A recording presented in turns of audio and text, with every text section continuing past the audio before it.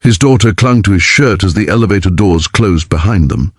A dozen eyes watched, disbelief, whispers, and then a cutting question that changed everything. Why is the security guard bringing the CEO's kid inside? He froze. His child's tiny hand tightened, and across the floor the real CEO stood silently, choosing in that moment to play along. They said being a single dad meant sacrifice. But no one warned Arham how humiliating it could feel trying to give his daughter the life she deserved. He worked long shifts, delivery boy by night, office support by day, anything to pay for her school and keep promises he whispered over her mother's grave. He never planned to walk into the corporate tower where destiny waited. Arham arrived breathless, holding little Mehak's hand.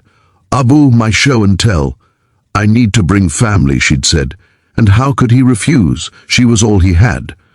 But the receptionists looked him up and down, worn shoes, cheap bag, grease stains from his bike. Someone sneered, "Sir, employees must use the service elevator." Another whispered, "He's here for security duty, I think."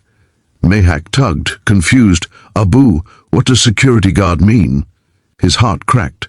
Before he spoke, a calm voice cut through the crowd. "He's with me." Everyone turned. Dressed in elegance and power, Isa Khan, the youngest female CEO in the country, flawless confidence in heels, stepped forward.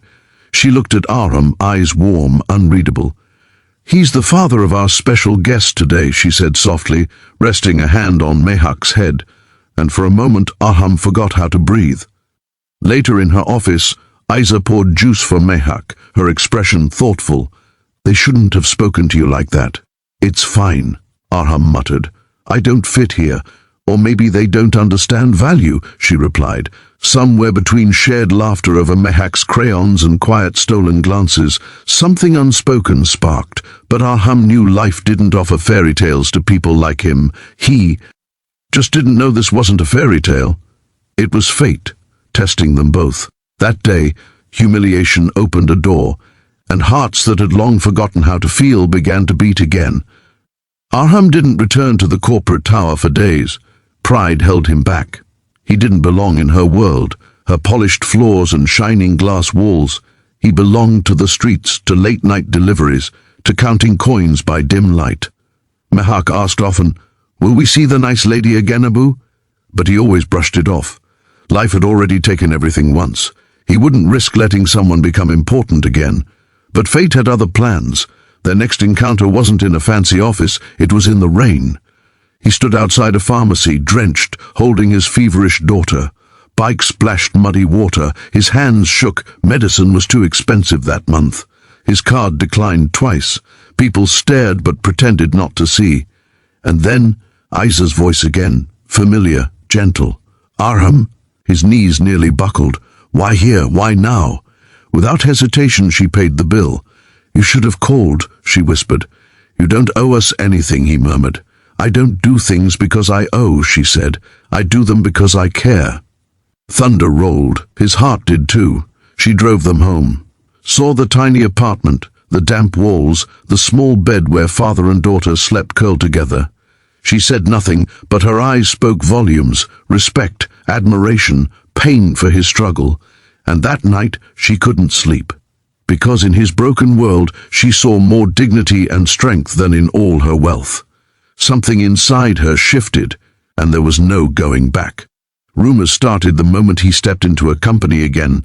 The CEO and a delivery guy? He's using her. She'll drop him soon. Words sharper than knives. Isa ignored them, but Arham felt every whisper like claws on his skin. He tried distancing himself.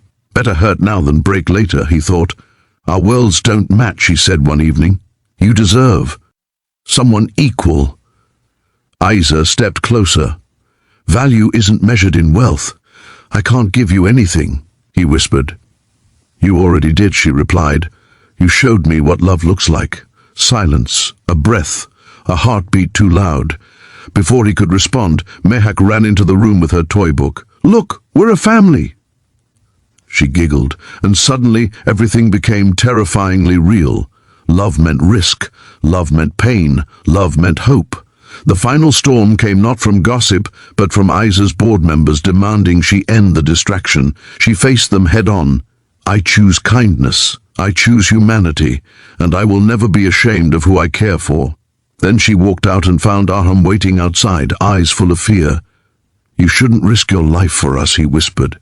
She took his hand. You are my life now. He broke, not with weakness, but with relief, with gratitude, with the weight of years finally lifted.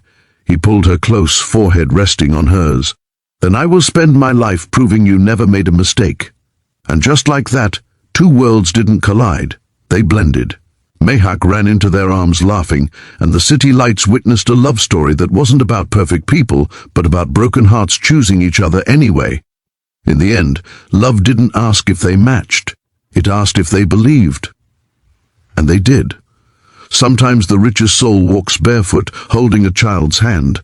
Sometimes the strongest heart beats in the one life tried hardest to break.